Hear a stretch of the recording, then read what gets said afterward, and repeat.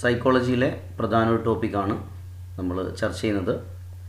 ആദ്യം പഠനത്തെക്കുറിച്ചുള്ള വിവിധ സമീപനങ്ങൾ. മനോവിശ്ലേഷണ സമീപനം അഥവാ സൈക്കോ അനാലിറ്റിക് അപ്രോച്ച്. ഇതിൻ്റെ ഉപജ്ഞാതാവ് സിഗ്മണ്ട് ഫ്രോയിഡാണ്.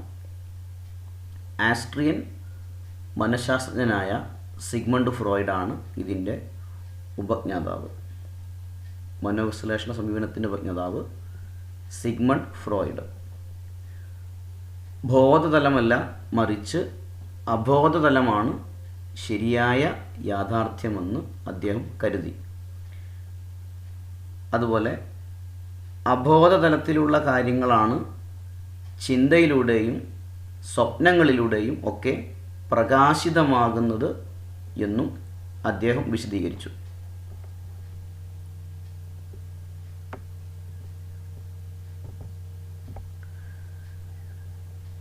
അതുപോലെ ബാല്യകാല അനുഭവങ്ങൾ ഭാവിയിൽ വ്യക്തിയുടെ സ്വഭാവ വിശേഷത്തെയും മാനസിക പ്രശ്നങ്ങളെയും സ്വാധീനിക്കുന്നു എന്ന വസ്തുതയിൽ അധിഷ്ഠിതമായ സമീപനമാണ് മനോവിശ്ലേഷണ സമീപനം.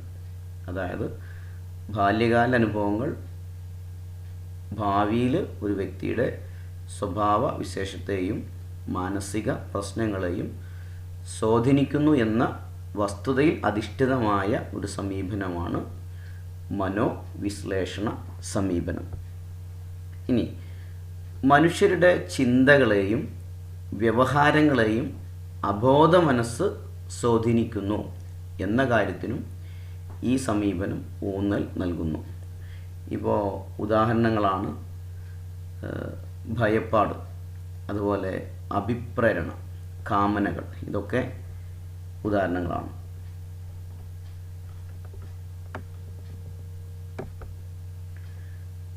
അതുപോലെ വ്യക്തിയുടെ ആവശ്യങ്ങളും ആഗ്രഹങ്ങളും ഉയർത്തുന്ന പരസ്പര വർത്തനവും സംഘടനകളും ആണ് മനോവിശ്ലേഷണ സിദ്ധാന്തത്തിന് അടിസ്ഥാനം.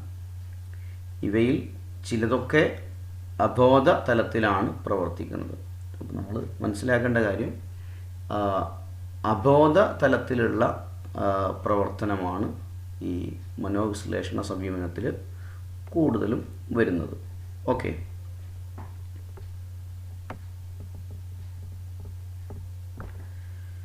ഇനി മനുഷ്യ മനസ്സിനെ 3 തലങ്ങളായി വിഭജിച്ചത് സിഗ്മണ്ട് ഫ്രോയിഡാണ്. ഈ ഫ്രോയിഡിൻ്റെ അഭിപ്രായത്തിലെ മനുഷ്യ മനസ്സിലെ 3 തലങ്ങൾ ഏതൊക്കെയാണ്?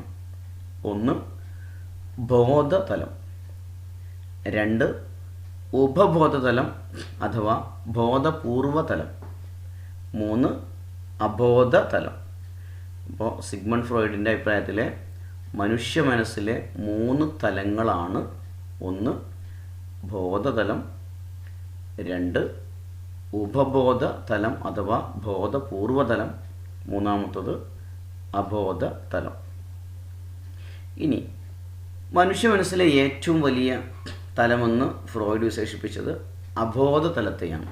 മനുഷ്യ മനസ്സിലെ ഏറ്റവും വലിയ തലമെന്ന് ഫ്രോയിഡ് വിശേഷിപ്പിച്ചത് അബോധതലമാണ്. മാനസിക പ്രവർത്തനങ്ങളെ മുഖ്യമായി നിയന്ത്രിക്കുന്നത് അബോധ മനസ്സാണ് എന്ന് ഫ്രോയിഡ് കരുതി. മാനസിക പ്രവർത്തനങ്ങളെ മുഖ്യമായും നിയന്ത്രിക്കുന്നത് അബോധ മനസ്സാണ് എന്ന് ഫ്രോയിഡ് കരുതുന്നു. ഇനി സംതൃപ്തമാവാത്ത ആഗ്രഹങ്ങളും വേദനാജനകമായ അനുഭവങ്ങളും അബോധതലത്തിലേക്ക് ആഴ്ത്തപ്പെടുന്നു. അതിനാൽ വ്യക്തിയുടെ വ്യവഹാര ശൈലിയെ നിയന്ത്രിക്കുന്നത് അബോധ മനസ്സിലേക്ക് അടിച്ചമർത്തപ്പെട്ട ആഗ്രഹങ്ങളും ഭയങ്ങളുമാണെന്നാണ് ഫ്രോയിഡിൻ്റെ അഭിപ്രായം. സംതൃപ്തമാവാത്ത ആഗ്രഹങ്ങളും വേദനാജനകമായ അനുഭവങ്ങളും അബോധതലത്തിലേക്ക് ആഴ്ത്തപ്പെടുന്നു. അതിനാൽ ഒരു വ്യക്തിയുടെ വ്യവഹാര ശൈലിയെ നിയന്ത്രിക്കുന്നത് അബോധ മനസ്സിലേക്ക് അടിച്ചമർത്തപ്പെട്ട ആഗ്രഹങ്ങളും ഭയങ്ങളുമാണെന്നാണ് ഇദ്ദേഹത്തിൻ്റെ കരുതൽ.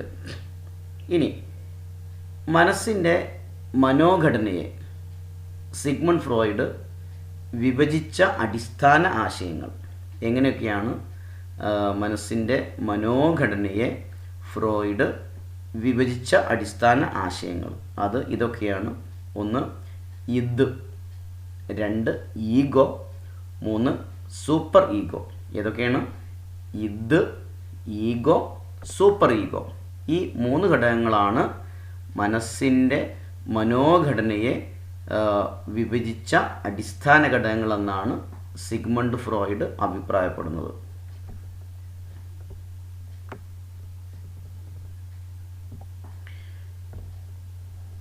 ഇനി എന്താണ് ഇദ്? മനുഷ്യനിലുള്ള ആദ്യ പ്രേരണയാണ് ഇദ് എന്നറിയപ്പെടുന്നത്. ഇതിനെ ആനന്ദതത്വമാണ് നിയന്ത്രിക്കുന്നത്.